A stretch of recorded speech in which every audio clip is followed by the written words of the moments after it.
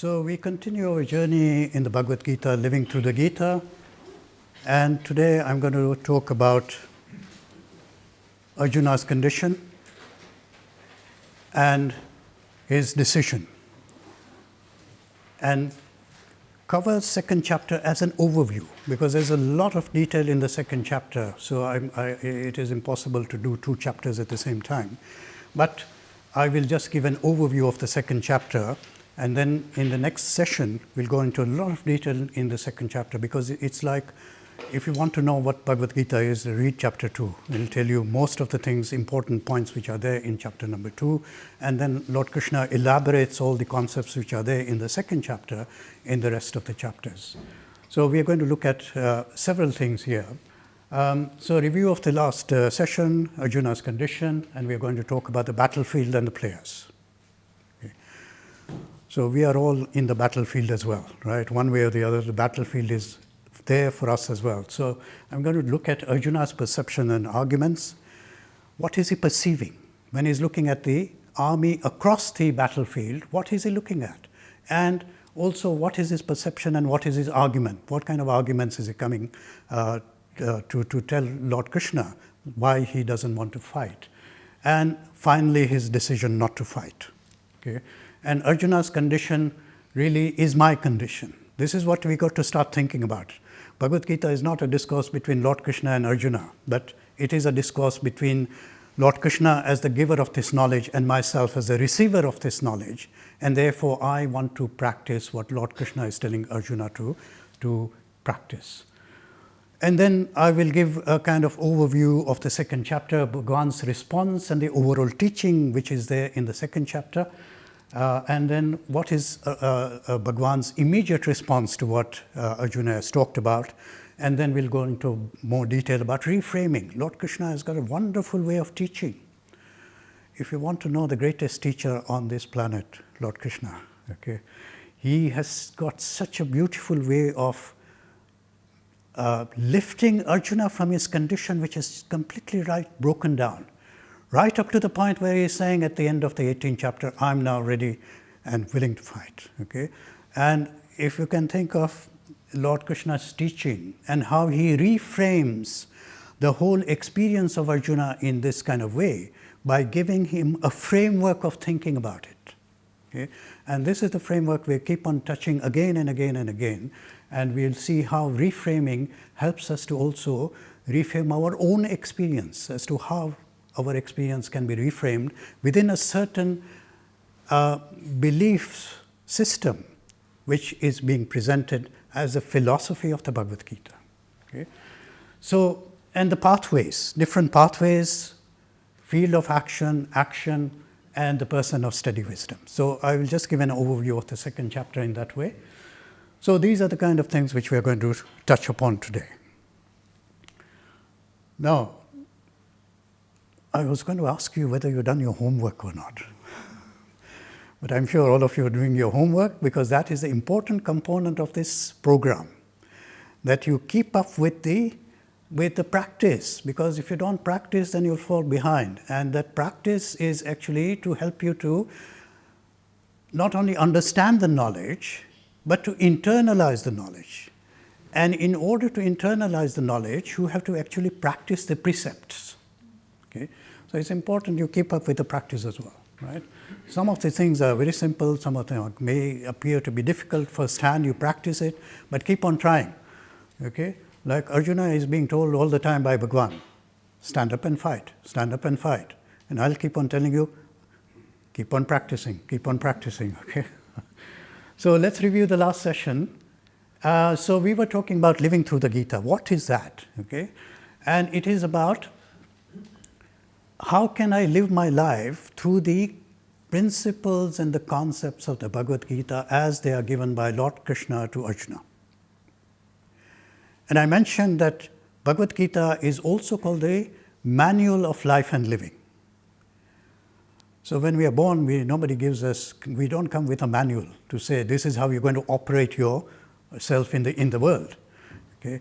But here I'm going to show you that the whole operating system which is available to us in the Bhagavad Gita can be used so well in our life, in our transactional world, that it makes such a difference in terms of how we experience ourselves and how we experience life itself.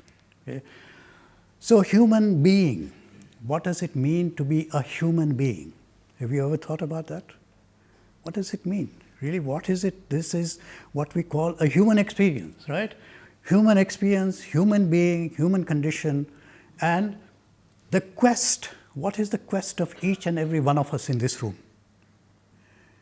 If I ask you, what is the quest of your life, really?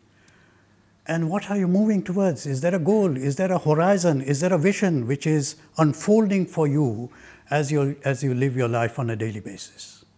So what is the quest? What is this human quest, right? And we talked about that.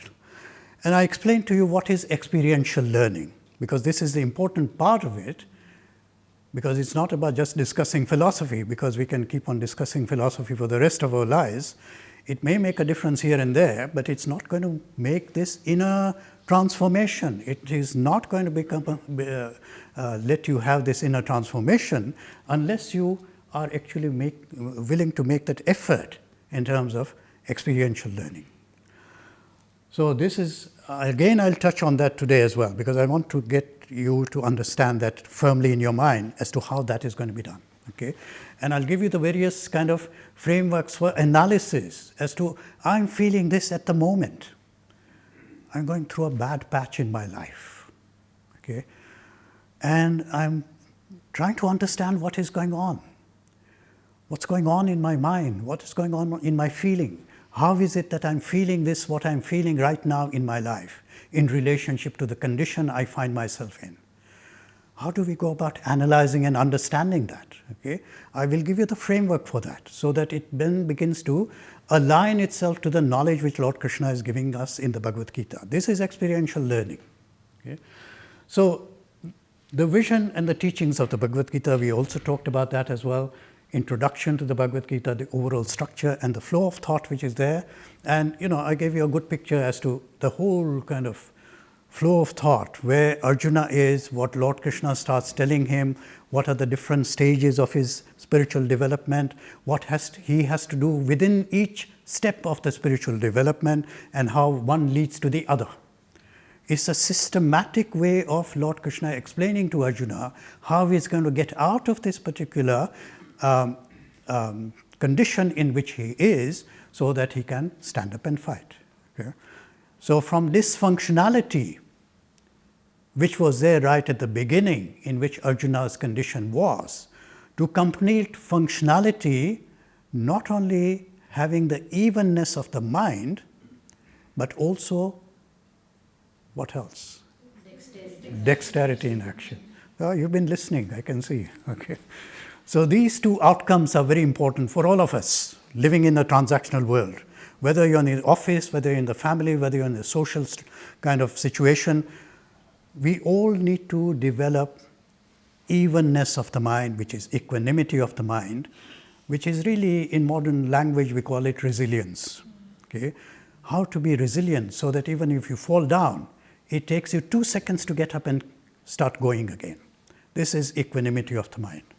Secondly, dexterity in action. What is dexterity in action? Is that you become much more efficient and effective in terms of making your choices, having clarity about the pathway and the goal and the means, and that gives you a way in which you function in life, making choices which are right, which are good, and which are veering you towards the truth.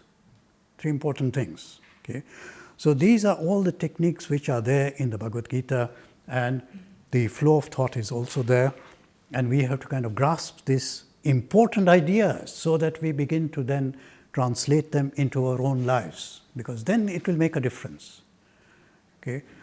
So by the end of the course, all of you will have equanimity, and all of you will be very efficient in your day-to-day transactions. Of course, there is a provision to that as well. And the provision is, I'm going to give you all this stuff. It's then up to you to take responsibility and to do the stuff which you are supposed to be doing. Okay? then you'll see the difference. Okay, the paths of yoga, key concepts which I discussed as well. What is dharma? What is karma? What is yogi? Who are the yogis? Who are the what is yoga itself? What is the meaning of yoga? And how does Lord Krishna synthesize various different philosophies into this wonderful structure, which he then presents to Arjuna. Okay. These are the key concepts and the relevance of the Bhagavad Gita today. So I've been explaining a lot about that why should we actually read this book, this wonderful scripture, why should we read it, and what relevance has it got for me? Right? Many people ask, this was written 5,000, 10,000 years ago, and it was given to Arjuna in this kind of way. What has it got to do with me? As I unfold the whole of Bhagavad Gita to you, you will see the relevance which is there. Okay? Because why? Lord Krishna deals with the fundamental questions of human existence. And that human existence, the human mind, the human perceptions, the human transactions have not changed in the last 40,000 years. And therefore, it is appealing to us now, and it will still be appealing to people 4,000 years from now. Okay? Unless, of course, the COVID virus, I don't know what it's going to do. But we are going to be here, don't worry. Right?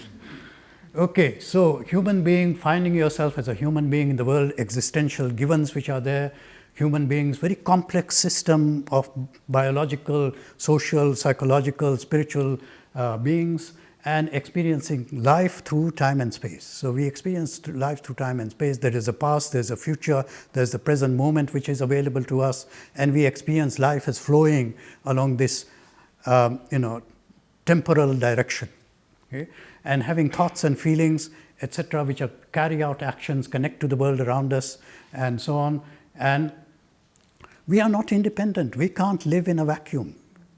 Okay? Self-isolation is there. But somebody has to put the food for you outside the door. So we can't exist in a vacuum. In other words, that this very fundamental human condition is what? There are three things, right? In terms of human condition, there are three things which nobody can escape. Number one, relatedness to the world. We are in constant relationship with the world. And the world means, your house, your material things, people around you, your family, the social connections, etc. We are in relationship to the world because there is a subject-object relationship which is there. Relatedness. And when people start having problems, it is really about this relatedness to the world that goes out of sync. It becomes distorted. That's number one. Number two, uncertainty. There is always uncertainty about my life, about the world, about what's going to happen, and so on and so on. That's number two. If anybody tells me I have no uncertainty in my life, I say, think again. There is always uncertainty because we cannot even predict the next moment. Forget about the next year. Right? So uncertainty is there. And because of our relatedness and the uncertainty in which we exist, what is the natural consequence of that? What do you think? Anxiety. Okay? And anxiety is what Arjuna is experiencing. So you can see relatedness. Arjuna is looking at the kith and kin and saying, I don't want to fight because those things, I'm related to them. Uncertainty about who am I, what am I doing, why should I fight this battle? Uncertainty, right? And out of that arises this anxiety. So you can trace it back. You can say, I'm feeling anxious at this moment. What is it which is making me to feel this anxiety at this time? You will see there's uncertainty about something. And when you think about the uncertainty, it will unpack itself into relatedness to the world. So this is what it is. We are not independent, we are not autonomous, but we are dependent, and life is contingent. It depends on so many things. Okay? It depends on so many things. And our condition is one of relatedness, uncertainty, and anxiety, as I mentioned just now. And we have to experience the world. There is no choice, but we have to experience the world and act in the world. Even if it's simple actions like just walking from one place to the other, that is action. Lord Krishna mentions that action is inevitable. You cannot stop action. Even if you think that breathing is an action, you can't stop breathing. Action must carry on. Okay? So action requires choice. Choice requires values. Values require meaning and purpose. So you remember the framework which I spoke about last time, which is called what? MPV. Remember MPV. Okay? So when you are in a dilemma, when you don't know what is happening, MPV, let me see this through the lens of MPV, and certain things begin to come to your mind. Okay, so experiential learning, we talked about that as well, knowledge, practice and transformation. Knowledge is already available, it is available in the scriptures, in the Bhagavad Gita, but then how do I kind of bring it to life? This is living through the Gita. Bringing the knowledge to life means that I have to practice it. And through the practice, the transformation is available. So this is the process which is going to go on. Suffering, which is our condition at the moment. Sattvification, which is really purification of the mind. Okay? Purification of the mind I explained as what? Anybody remember what is the purification about? The me and the mind. Okay, the me and the mind is where we are stuck at. And the me and the mind is actually the one which envelops our whole life and our whole sense of who we are. And that needs to kind of slowly by slowly dissolve and disappear. And that is called the process of purification. In terms of the gunas, and we got the three gunas, the rajas, tamas and the sattva, we need to transform the rajas and the tamasic gunas into the sattvic gunas. So the sattvification process is nothing but the process of inner purification. Okay? And why intellectual knowledge is not enough? As I explained that, you can keep on thinking about something for a long time, and you can say, okay, I've got the knowledge of how to drive a car, and I will keep on thinking about how to drive a car. But that is not enough. If you want to drive the car, what do you have to do? Actually drive the car. Okay. So this is what is required. So why do we need experience of the knowledge? Is because that knowledge then becomes internalized. It becomes part and parcel of our daily thinking, right? And when it becomes like that, then it will automatically start giving us a different sense of who we are and a different perception of life and living. Okay? So this is the learning cycle, and I mentioned this as well, listening, reflecting and practicing, and so from practice and focus, this is going to be the transformation which is going to take place.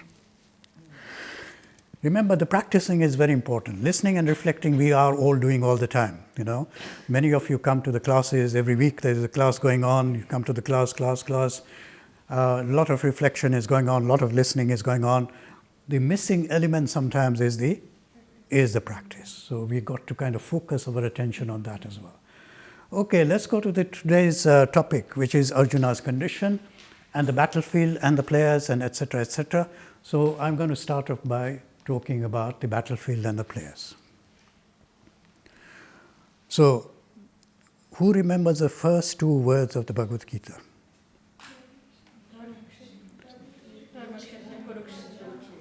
Dharma kshetre, kurukshetre. So, I can talk about those two words for 1 hour because they are so important, right? And we just think, Dharma kshetre, kurukshetre, and that is the first two words of the Bhagavad Gita. But the field of dharma, dharma kshetre, and the field of action, kurukshetra.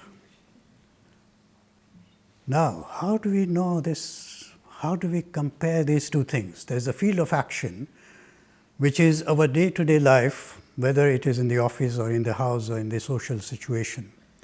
That's a field of action. What has that got to do with the field of dharma? And when he puts them together, Veda Vyasa is a brilliant genius. I mean, the way he puts things together, it represents the equivalence of the two fields. That your field of action is also your field of dharma. Because the Vedic thinking is different. The Vedic thinking says, actually, dharma, you can do your rituals and so on, and carry on with your life of action any way you want to. Here he has brought them together and he's saying the field of your action is also the field of your dharma. Now I'll elaborate that a bit later on.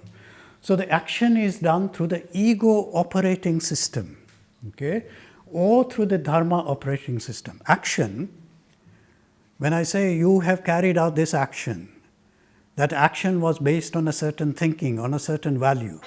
And that value came from where? From your own sense of who you are. Okay? So the ego operating system is where we are functioning at the moment, where my past conditioning, my likes and dislikes are making me to drive my experience and my actions. I don't like this, I like this. I don't like this, I'm not going to go there because I don't like it. Action which is being driven by the ego operating system is excluding the field of dharma. Okay? But when we do the action through the dharma operating system, then the two things come together. This is what we want to do. Very fundamental concept in Bhagavad Gita. To live a life not going to the mountain and doing your dharma there, not doing your dharma through the Vedic ritual, but doing your dharma where you are. That's why Lord Krishna is teaching Arjuna this knowledge in the middle of the battlefield, not in an ashram in the Himalayas. Again, there's a significance there. He's telling us, this is where your dharma is, this is where your action is. You've got to think about how you're going to do your action through the dharma operating system. So the dharma operating system is the pathway to moksha.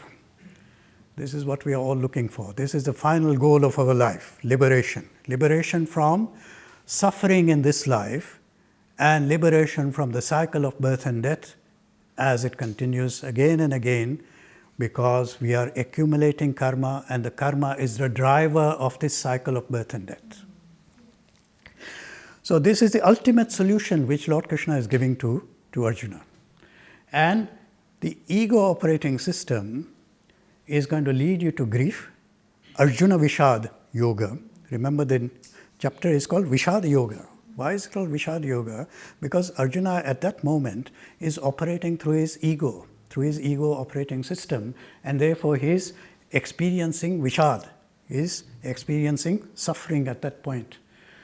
So in that case, the functionality of the intellect is reduced, the choices are based on likes and dislikes, and his choices are based on what he wants to do is that he doesn't want to do this because he doesn't like to fight his kith and kin. So here's a point of reflection for you. Think about the times when your actions were directed by the dharma operating system and when they were directed by the ego operating system. What was the difference? Experientially, what was the difference? This is what I want you to think about. So when you go back to these slides again, think about this particular reflection as well. There is an experiential difference between the two things. Okay? And this is what Lord Krishna is telling Arjuna, that if you operate according to this different way of operating, then you will find that the outcomes are different. Experientially, the outcomes are going to be different. So, here are the Kauravas and the Pandavas, right? And they represent the two opposing tendencies in us. Each one of us has got those two sets of cousins in our own head. They have been objectified in the Mahabharata, but actually they are within ourselves as well. So if you think about this, two opposing tendencies in us, there's a tension between choice and action according to these tendencies, and these tendencies are represented by Kauravas as the hundreds of negative ego tendencies. See, this is an ego operating system. It's got a lot of negative tendencies of me and mine, me and mine, me and mine, right? And these are called the Kauravas, or the negative ego tendencies, and the Pandavas represent the 5 good tendencies with Bhagwan assisting them. Okay, so you remember in the battle of Mahabharata that Lord Krishna has taken the side of the Pandavas, and this is where the discourse is going on as well. And even when the good tendencies are there, they may not work if the mind and intellect is divided. So you can imagine that Bhagwan is sitting with Arjuna, but even then Arjuna is being overtaken by his negative tendencies, because the mind and the intellect has now split up. The mind is the seat of emotion, and the intellect is the seat of rationality.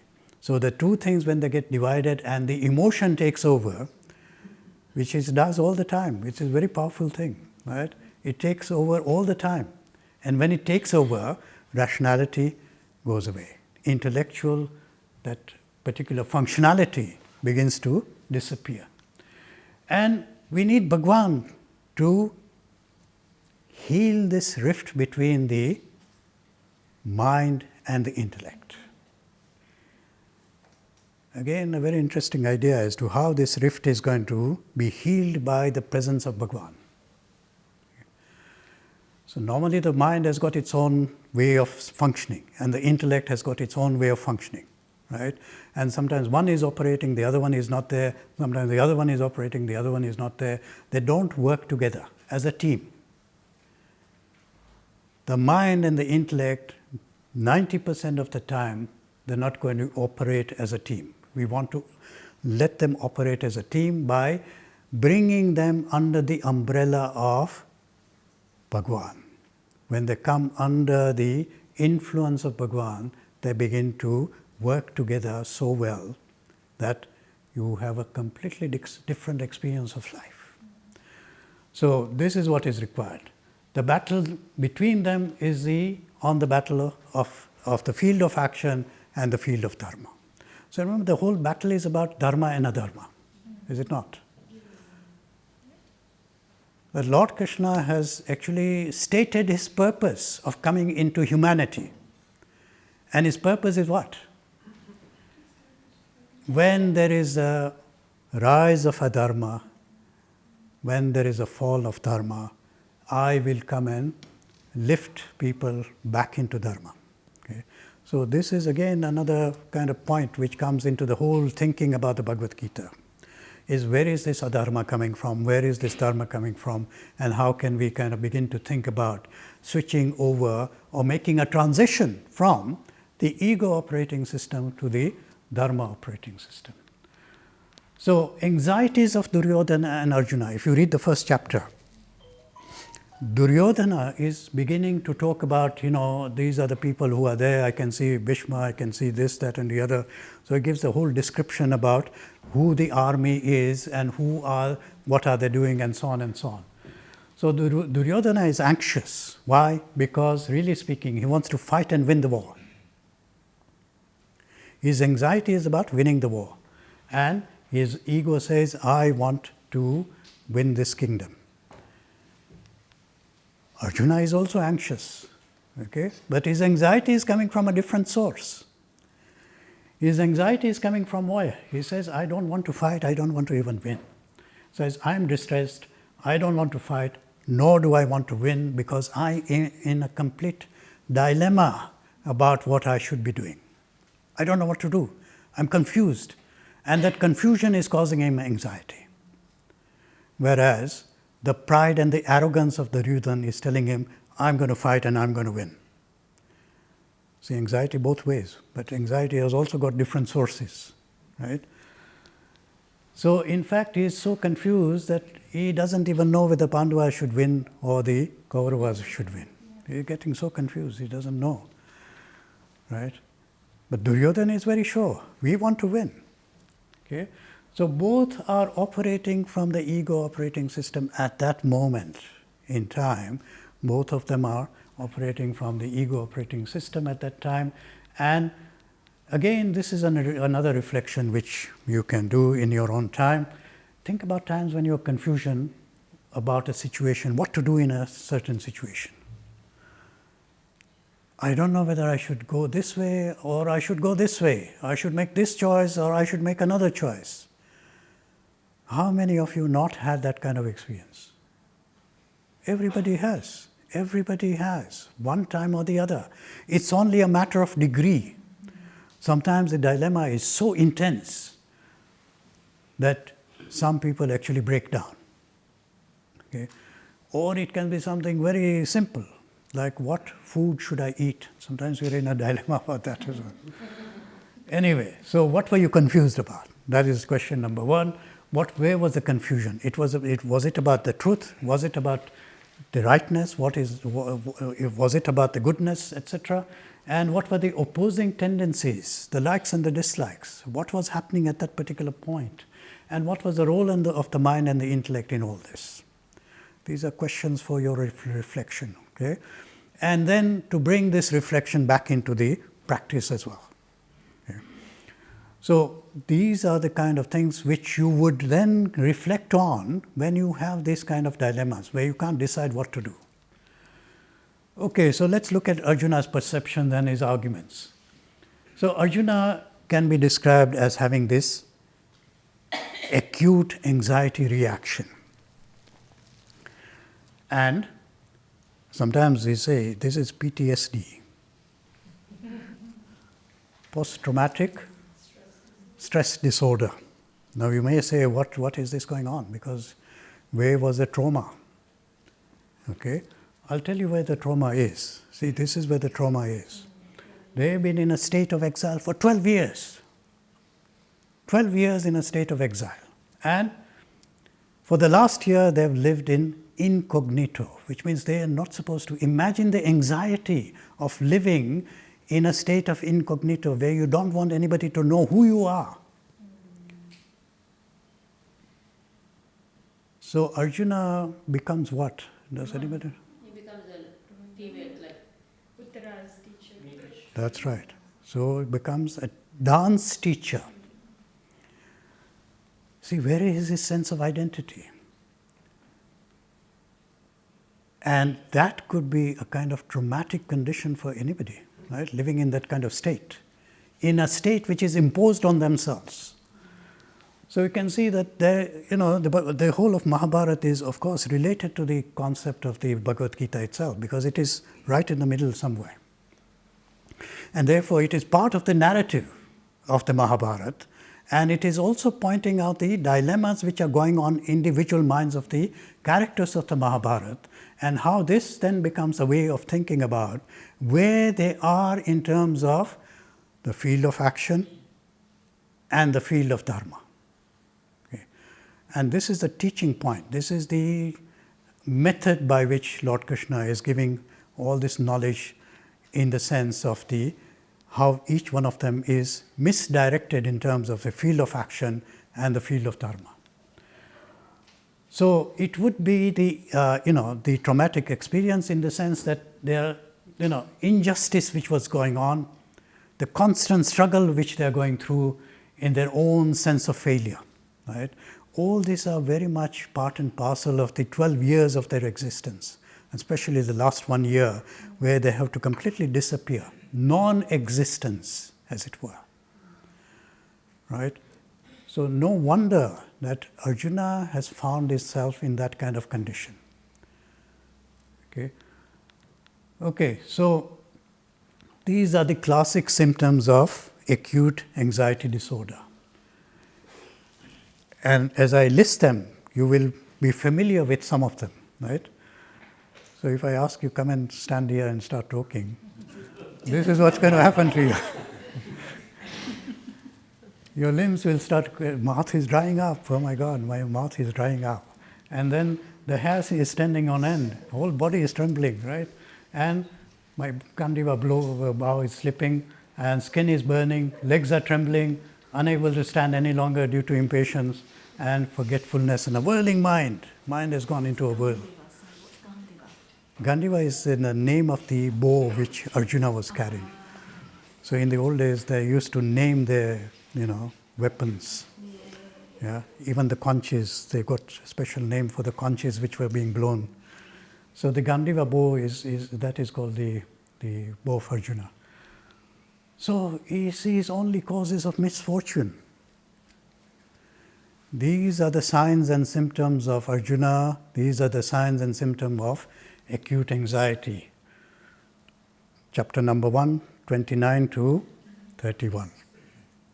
He gives a whole list of description and exactly what it is being shown here. Okay, so this is anxiety which is now projected as pity for the other. Okay, this is another kind of, if you see the psychology which is there in the Bhagavad Gita, it is the most amazing thing, right? It's got a different idea about psychological principles which are in operation when Lord Krishna talks to Arjuna. So his anxiety is now being projected as pity for the other. I don't want to kill them. I feel compassionate. I feel all these things for my kith and kin. And I don't want to destroy them. And his power of discrimination is overpowered by the mind. The mind is the seat of emotion. Emotion has taken over. Which emotion has taken over? The emotion of grief, the emotion of anxiety. Okay? And this is the objective mind which is then disconnected from the subjective mind, which leads to a mind running away on emotional energy. There are people who just run on emotional energy, right? You may know some people who just kind of work on feelings alone. Just they don't think about anything. Just do it because I like it, I don't like it, I like it, I don't like it. Running on emotional energy, right? And although he may have wanted victory, he is overcome by this anguish. Anguish is the right word. Anguish comes when? When you are in that state of a dilemma where you don't know which way to turn. There is anxiety there, there's confusion there, there is a sense of, what am I going to do now? This is a kind of suffering which is there in Arjuna. Arjuna is in a state of suffering. So this has shattered his mental balance, hopes and ambitions, and this anguish is a state of anxiety and confusion when making a choice. Okay? So this is the condition of Arjuna. Does this sound familiar sometimes to you? No? Yes? If you say no, I'll have my doubts about that. We go through this all the time. It is this anxiety, okay, which comes up again and again and again. So here are the Arjuna's arguments. Okay? So he comes up with 5 arguments why he should not fight. And don't think these are Arjuna's arguments. They are good. Okay. So he sees adverse omens born out of anxiety. So when we are in this state of anxiety, when we see a bird flying or a cat crossing the road, this is adverse omen. Oh my God, this cat has just crossed the road. Something bad is going to happen. This is called adverse omens. Why? Because my mind is in a state of anxiety. Number 2, pointlessness of war and loss of enjoyment. Okay? And I'm giving the verses which are related to that. And it is a question of denial. He is a Kshatriya, he's a leader, he has to fight, but he's denying that. He's denying his own Kshatriyaness, as it were. Fear of sinful reaction and bad results. And fear of destruction of tradition and culture, which is rationalization, justification, and then hopelessness, death wish, and indecision, regression, going back to being a child again, as it were. These are things which we do on a daily basis. Okay? Projecting things onto the people which we feel, I think, oh, you are all feeling this, that, and the other.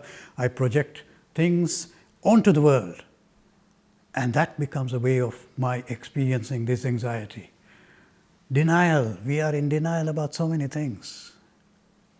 So many things we are in denial. We don't want to even go there. Okay? And when you begin to think about something, you tell yourself, no, I don't want to actually go there. It's too anxiety provoking, and therefore it is better to be lock it up. I don't want to know about it. Denial. And this is especially in relationships. There's a lot of denial. Okay? And justification. We justify. Oh, why did you do that? I did that because A, B, C, D. Justification comes up like that. We are very much proficient at justifying ourselves as to why we are doing these things. Rationalization. We rationalize something which is not supposed to be rationalized. Okay? And regression. So all these are mechanisms which belong to the ego. These are called ego defense mechanisms, and Arjuna is using the same things which modern psychology accepts as ego defense mechanisms. And this is what is happening. We all have our defense mechanisms. They are in operation all the time. They are in operation all the time. Thing is that we have to defend our sense of who we are. We have to defend the me and the mine, and therefore we keep on having all these different ways of defending ourselves. And it is okay to defend, but what are you defending? There's nothing inside the castle, and you build a whole castle around yourself. Okay, so Arjuna's, and then Lord Krishna, actually if you see and compare, Lord Krishna is answering each one of his arguments step by step. So these are where Lord Krishna is answering all his questions about adverse omens and so on and so on. And you can see that he is systematically taking each one of Arjuna's argument and giving a response to that. Okay, so and his decision not to fight. So after all that, and being in the state of anxiety and coming up with all these 5 arguments, and he's talking about this, that, and the rationalizing, justifying, denying, and regressing to say, then actually I am not going to fight. He has convinced himself that there is no point in fighting, and there is no meaning for this battle for him. And he sees dangers in continuing, fears the consequences of war. He is no longer sure of himself, his role, his choices. He is in an extremely distressed state. And then Arjuna says, my mind is overpowered by the taint of emotion. What has taken over? The mind has taken over. It is full of pity, it's full of grief. My intellect is confused as to my duty, choice, action. Tell me decisively. Tell me decisively what is good for me. Okay? And then he says, instruct me, who have taken refuge in thee. So he has reached the bottom of the barrel. He's hit the ground, he's hit the bottom. And now in that condition, the only thing you can do is to take refuge in the Lord. And he says, I am in this shattered state, my condition is in this kind of state in which I cannot think. My mind, emotion has taken over. Tell me decisively what to do. What is good for me? What is good for me? Not tell me what to do, but what is good for me. Again, remember, there is some reflection to be done about that as well. So this is his decision. And he goes on to say, I do not see how it would remove my sorrow that burns up my senses.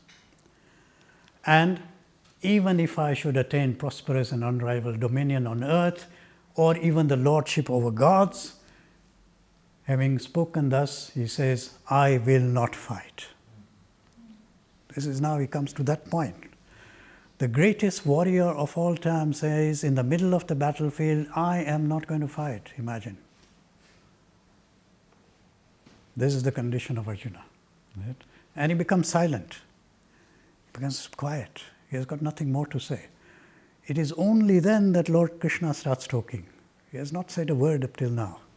Right? Throughout the first chapter and the first 11 verses still going on, and then he begins his discourse after that. So, he says, I will not fight, and he becomes silent. Now, here is a summary of what is happening, just to capture the essence of what I've been talking about so far. Arjuna, before the battle, is all geared up to fight the kingdom, right? At that point, he was still very much, I want to fight. Let me go and see who I am going to fight with, right? That was his intention when he told Lord Krishna, take me to the middle of the battlefield.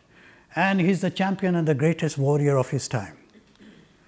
He sees the array of Kauravas' army and gets dismayed, confused, and full of grief. And he expresses this with rational arguments, as it were, and justifying that he should not fight. Okay. So Lord Krishna tells him, actually, you are, speaking very wisely. You are speaking like a pandit, but actually you don't know what you are talking about. So he expresses all these rational arguments, and Lord Krishna just cuts him, saying that, oh, actually what you think is a rational argument, it's not wisdom at all. Okay? And he finally says he's confused, will not fight, and asks Lord Krishna to instruct him. So this is now what is happening on the battlefield. So here's another point of reflection. Think about situation in this kind of pattern which has happened to you as well. Have you gotten through this kind of pattern? Anybody? Yes? No?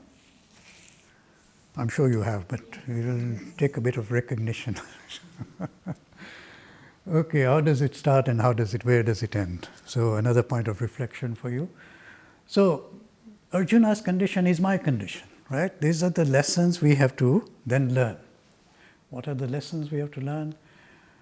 What can I learn from this? What can you learn from this? Anybody want to say what they might learn from this whole thing which I've described in the last 45 minutes? What jumps up for you? When you let your emotions get carried away, Yeah. then your decisions are going to be totally... That's right. Good. Okay. So that's a fair point. I think, this is where Arjuna has got caught up in the emotional energy. He's running on emotional energy now, and therefore the intellect, although it seems to be functioning, because he's coming up with these five arguments. But Lord Krishna reminds him, actually what you have said sounds very wise, but it is not really. So we get caught up in this kind of emotional energy which overpowers our thinking process, and sometimes it can express itself in very destructive ways as well. Okay. So here's some more reflection for you to do. What is my field of action and my field of dharma? How do they integrate together? What are the different areas of these fields? In which area am I experiencing tension, anxiety, suffering, discontentment, or the opposite? What are the ingredients of my ego operating system?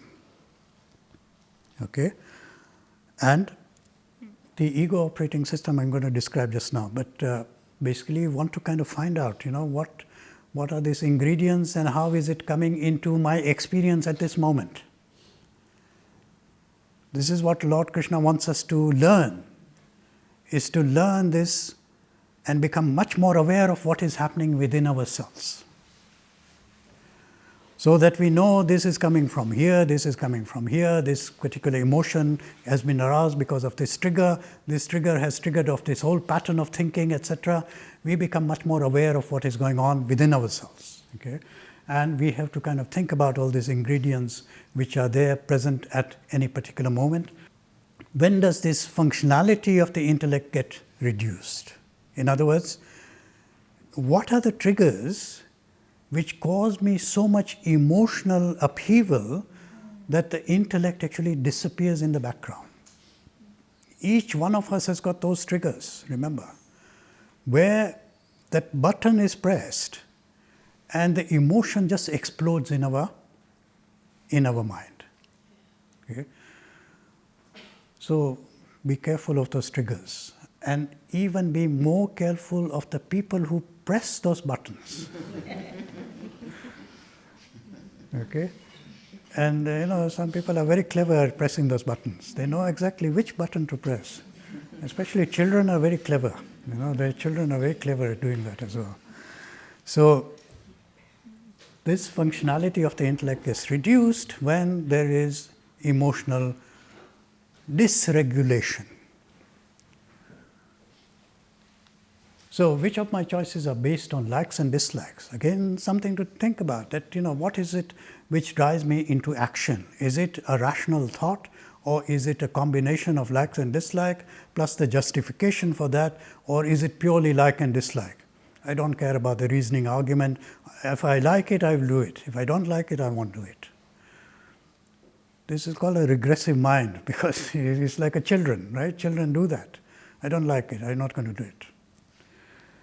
So how can I begin to know myself, the ego operating system, and then learn from it and begin the process of transformation?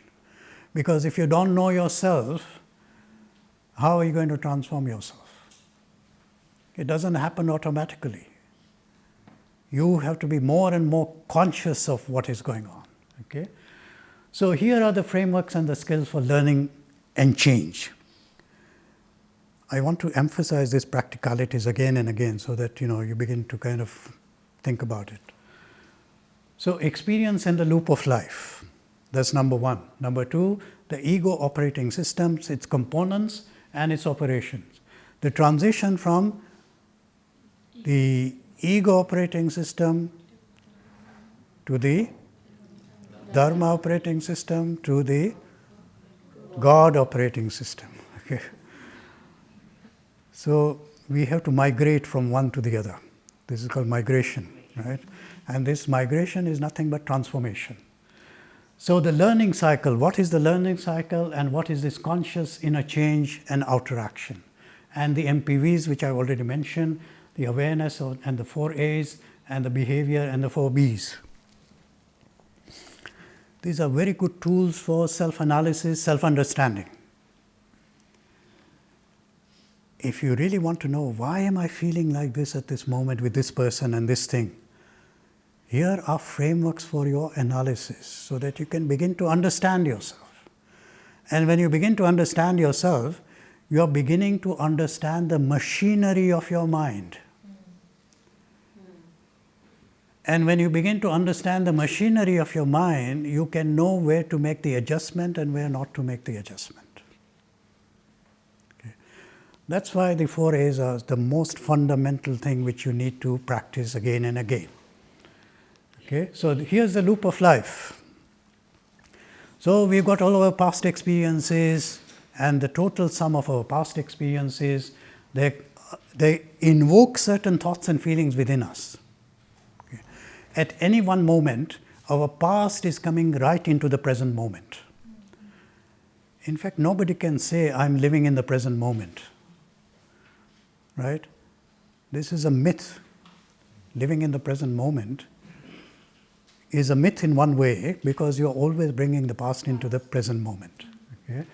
Thoughts and feelings, which then come out as actions, and which have got reactions and consequences, and therefore there are outcomes of this action, which I then begin to experience myself. Somebody offers me a chocolate cake, and then I say, okay, I'm going to eat this, and a nice feeling about, oh, here's a wonderful thing I'm going to eat. I take the action and eat the cake, and then it's not as good as I thought it was. So that's the outcome, and that is my experience. Okay? And then this past conditioning is the sum total of all my experiences, and that keeps on going back and forth, round and round the loop. This is what we are doing. What does this mean? If we are going round and round the loop, what does it mean?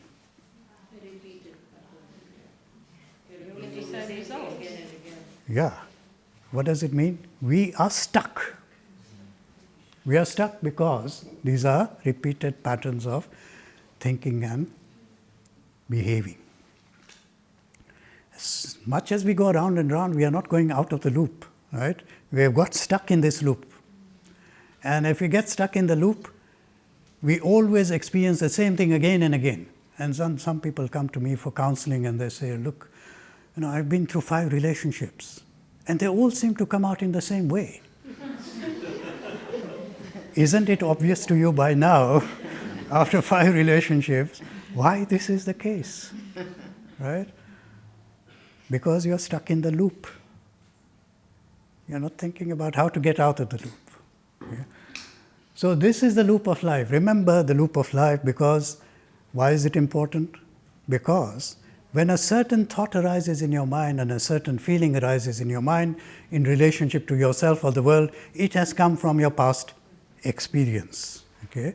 And it doesn't mean it has to repeat itself. Lord Krishna is giving Arjuna the way of getting out of this loop. He's giving him a fantastic way of getting out of this loop. Okay, so this is your ego operating system. Now remember this, have this diagram firmly embedded in your mind. This is the ego operating system. Some of you are already familiar. I've just modified a bit of what Gurudev has taught us as the BMI chart. So this is the vasanas, the past conditioning, and they consist of three things: BAI, intention, beliefs, and attitudes. So we keep on talking about vasana, past conditioning, inclination, tendencies, but how do you then unpack it? Vasanas can be unpacked by these three things. What is my intention when I'm doing something? What is my attitude towards what I'm intending towards? And what is my underlying belief in what I am doing? There will always be these three things, whatever the thought and whatever the action. This is the fundamental basis of your ego operating system. And then it is related to the body, mind, intellect. So your intention, attitudes, and beliefs will express themselves through the body as actions and various different feelings which arise which are expressed in the body itself. The mind, of course, is the seat of the feeling, and then the intellect is the seat of rationality. Sensations, I get certain sensations when I'm experiencing certain kind of thought patterns, and feelings, certain feelings will arise and certain thoughts will arise, and then action in the outer world and reactions which come as a result of those actions. This is your ego operating system. Okay. So what do you think is the main thing for us to become more and more aware of?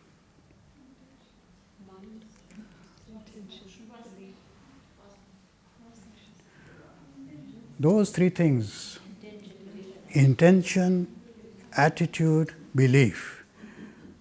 Because that is where the fundamental transformation is going to take place. According to the Bhagavad Gita, that is where the transformation is going to take place in terms of intention, in terms of attitude, in terms of belief, and therefore the whole system will then begin to change. I will feel differently in the body, I will have different thoughts, I will have different feelings, and then my actions will also be different. So another thought which you can try to think, another exercise which you can do. Think about the intention, belief, and attitude in terms of karma yoga. If you know the principles of karma yoga, translate that in terms of the intention, attitude, and belief, and see what is the difference between the ego operating system and the dharma operating system. This is for advanced students who already know some of this stuff. If you don't know, we'll cover it next in the next session. But this is an interesting exercise as how Lord Krishna tells Arjuna to change his intention, to change his attitude towards himself and the object of his action, okay, and change his belief about what is happening in that moment of action. What happens? An ordinary action becomes a dharmic action simply by adjusting the intention, the attitude, and the belief. Right? This is what we have to learn to do. If you want to migrate from the ego operating system to the dharma operating system, these are the adjustments we have to do in the machinery of the mind. So this is the ego operating system. It is me and mine. It is ego individual. And ego operating system to dharma operating system to God operating system. This is now with our journey. This is our journey which the Bhagavad Gita gives a lot of detail about. It kind of unpacks the whole thing for us and says, how are we going to do this transformation? So this is self-centered, selfishness, attachment, me and mine, then you become God-centered, selfless and detached, and it is all for the thee and the thine, not for the me and the mine. It's for the thee and the thine. And then this is humanity-centered, God operating system. And no self, no ego, but only love and compassion. And divine design. You're following a divine design. It's no longer your ego design. It has transcended all these things because you're now living in a different dimension altogether. So what is this? This is purification, going from the ego operating system to the Dharma operating system, and then from here to here is what? Self-realization. Okay, transcending all these things to become realized and to locate yourself in the truth. Sthita prajna. What does it mean? You are established in the truth. This is how Lord Krishna is telling Arjuna, and this is a way of putting it in a language which we can all understand. Okay? So this is what it is. This is the framework for inner transformation. Okay, so steps for learning and conscious change. You become aware. You need to become aware and make sense of what is happening to you and understand how to operate, how you operate with the ego operating system and the outcomes of that. You need to examine the intention, attitude and belief inherent in your current ego system, and then you need to think about how you can change each one of these in order to align to the ones which are given by Lord Krishna to Arjuna. Okay. So, for example, intention.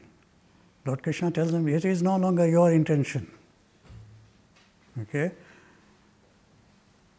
You are not going to do anything for yourself. You are going to consecrate each and action to God. No longer yours. See how it changes. So this is the alignment which needs to take place. That's why I'm saying, intellectualization is one thing, but putting into practice means that you become sensitive to what is my inner intention at this moment.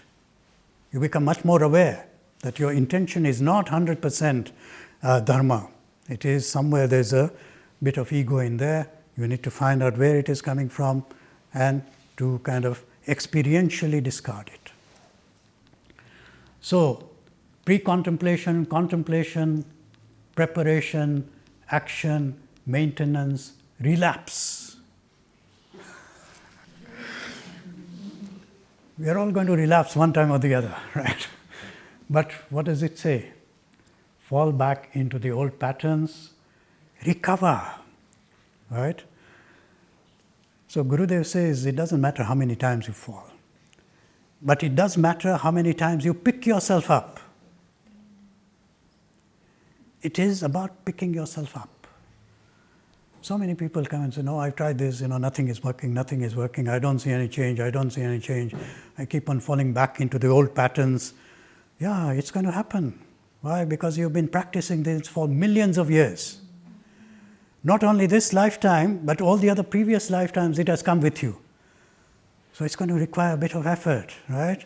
The 4 Ds. It's going to require the 4 Ds. I won't tell you what the 4 Ds are, but we'll come to that sometime.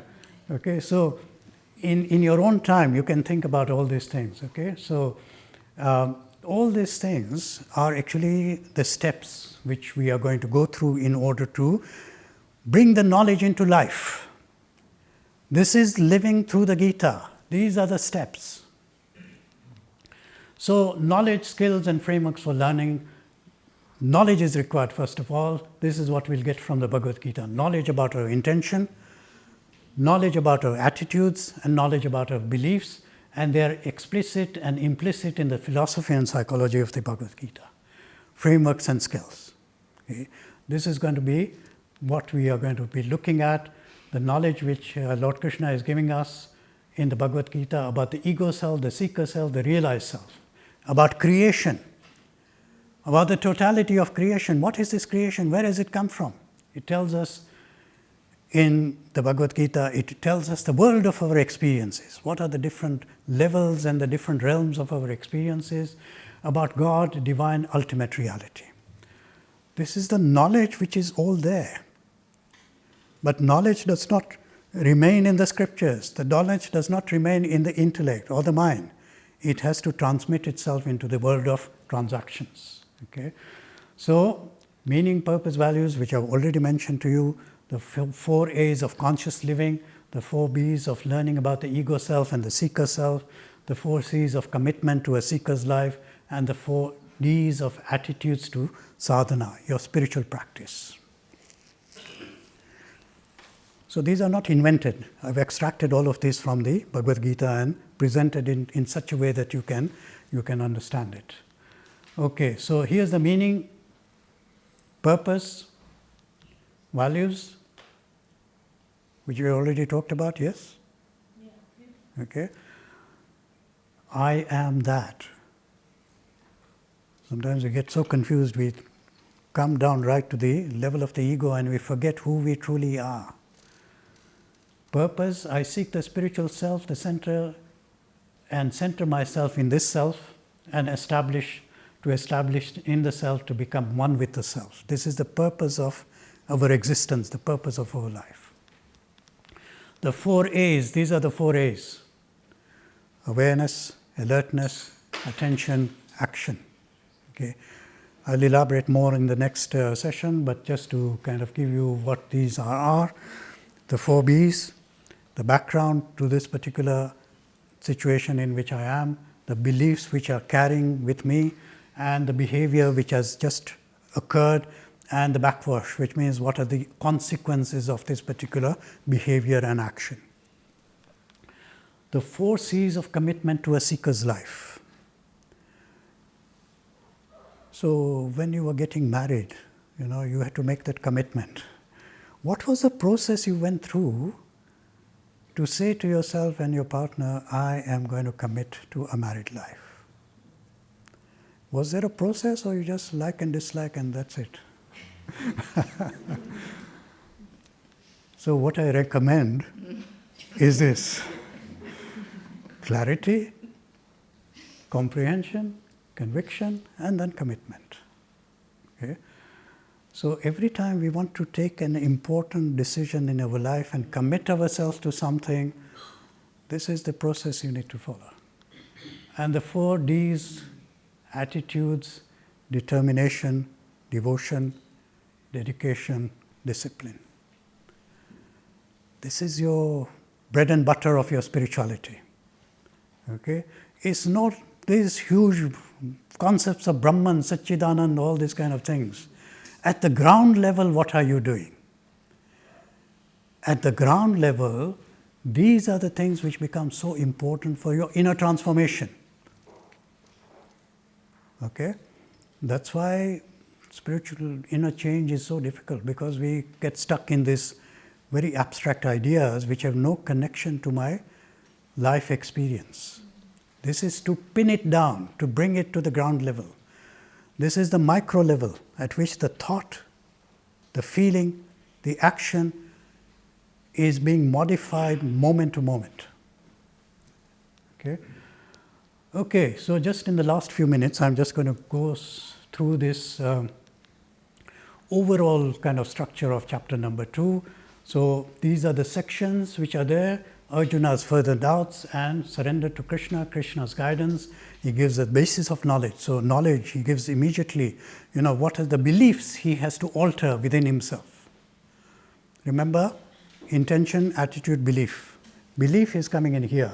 The basis of social norms. So even if he discounts all that, there is still something to do with the social norms in which he finds himself. And then Krishna's guidance on the basis of selfless action. Intention, attitude, belief, again coming here. Okay? And then the markers of the person of wisdom.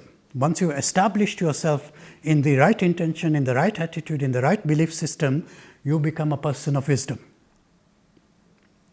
Everybody will come running to you because you're a wise person now. And what are the markers of this person of wisdom? He gives the markers. In other words, the markers for the person of wisdom are for us the benchmarks.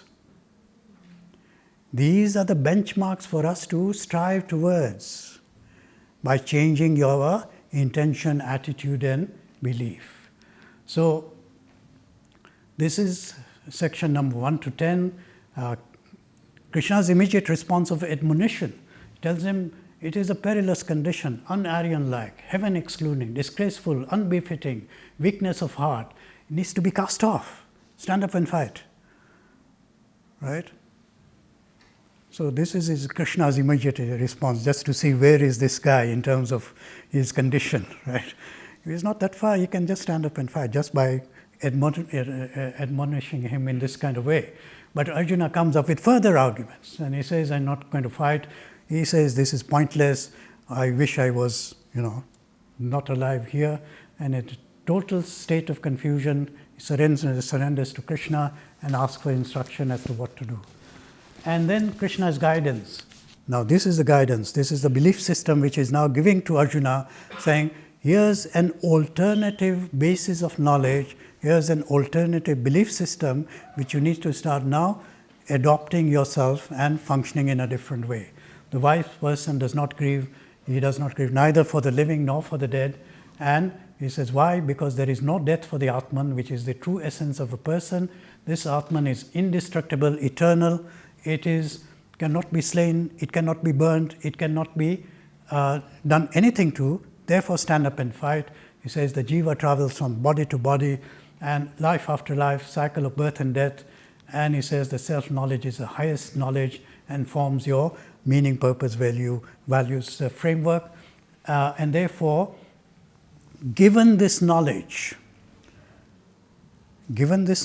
about who you truly are, then you will begin to see this whole experience in a different way. This is Krishna's reframing of Arjuna's experience through a different belief system. This is the reframing which is happening. You need to reframe your experience and actions within this context and understand this experience in a different way. And therefore, if you take this perspective, then it will resolve not only your confusion and dilemmas, but it will take you towards the truth. This is again a kind of summary of the whole belief system and the philosophy of the Bhagavad Gita, concentrated in this, 18 or 19 verses, which is given in the second chapter. And then going further, Krishna's guidance at the basis of social norms, it says material gains, material losses, which you're going to get or not get, depending on whether you fight or not fight. And you'll be dishonored by people, and since you have been honored so far, it will be like death. For a Kshatriya to be dishonored like that is like death. So, and you'll be mocked as a coward, and this will be painful for you. He's using another tactic now, right? He's again trying him out. And remember that he's answering Arjuna's arguments. Remember, compare that with what is being talked about here, and therefore you will see there is some correspondence between what Arjuna's argument was and how he is answering in this kind of way. And fight because you will die and attain heaven, or you will win and enjoy the earth. Simple as that. But Arjuna is so dysfunctional, he's not going to listen to this either. Okay? And then further on, from 39 to 53, Krishna's guidance is the basis of selfless action. Now this is Karma Yoga. He's kind of giving a summary of Karma Yoga, which then he elaborates in chapter number 3, 4, 5. He's going to unpack this whole idea of selfless action in these 3 chapters which follow from there. And you need to shift your frame of thinking away from the attainments of heaven and earth through the Vedic rituals. They have their own use, but you need to move beyond with the right knowledge, Samkhya, and right action, Yoga, and there will be focus, determination, steadiness of the mind. Dedicate all your actions to God and shift your attention from the fruit of the action, which is the outcome of your action, to the action itself.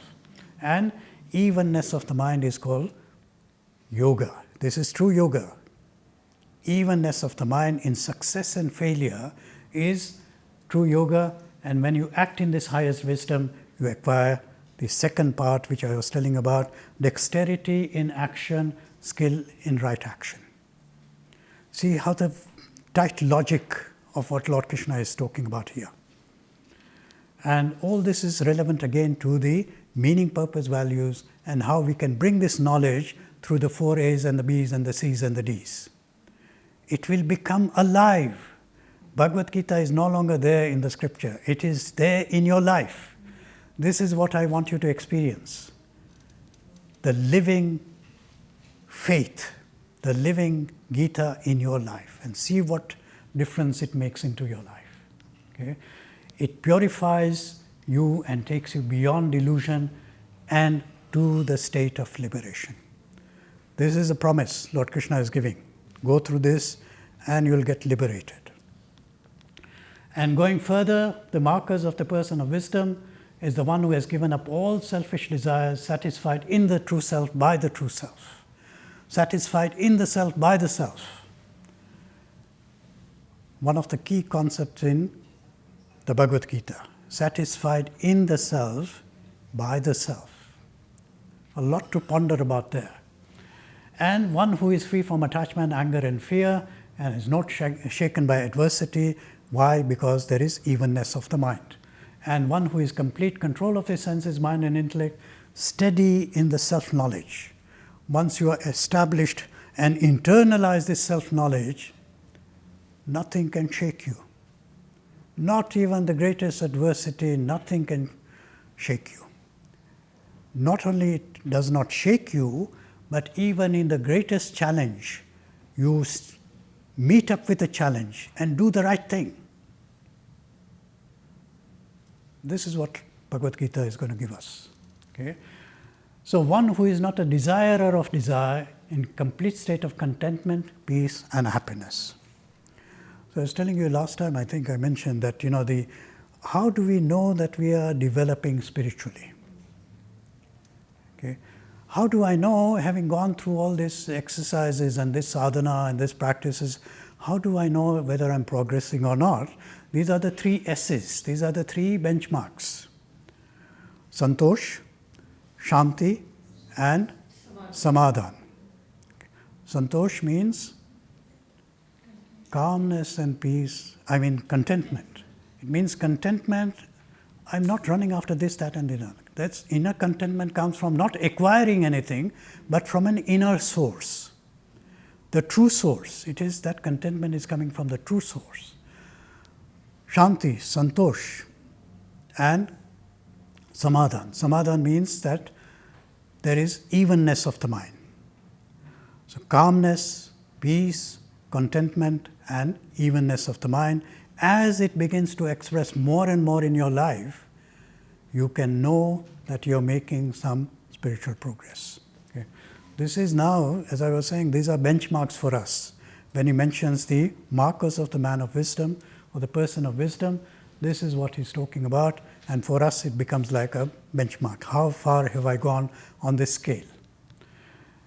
And these are the markers of the state of Brahman. Attaining this, nobody will get deluded ever again. At the moment, it is the ego which is operating in a state of delusion. That delusion completely disappears. We are attaining the true state of our knowledge, the truth about ourselves, and we get established in that truth. And therefore, all the delusion is then gone. So this is what we have covered today. There's a lot I know, but I'm concentrating a lot of stuff because you've got a whole month to listen to it again, to reflect on it again and again, and then, more important, to practice some of these things. Okay. So the practice actually will start coming as we go along, but I want to lay the basis for how to do it. What is the principles of sadhana, and how can we bring it right down to the ground level in terms of my experience, in terms of my thinking and feeling and behavior? How can I begin to change that in the way in which Lord Krishna is advising Arjuna to do? Okay, so these are all the things we have covered, and thank you very much.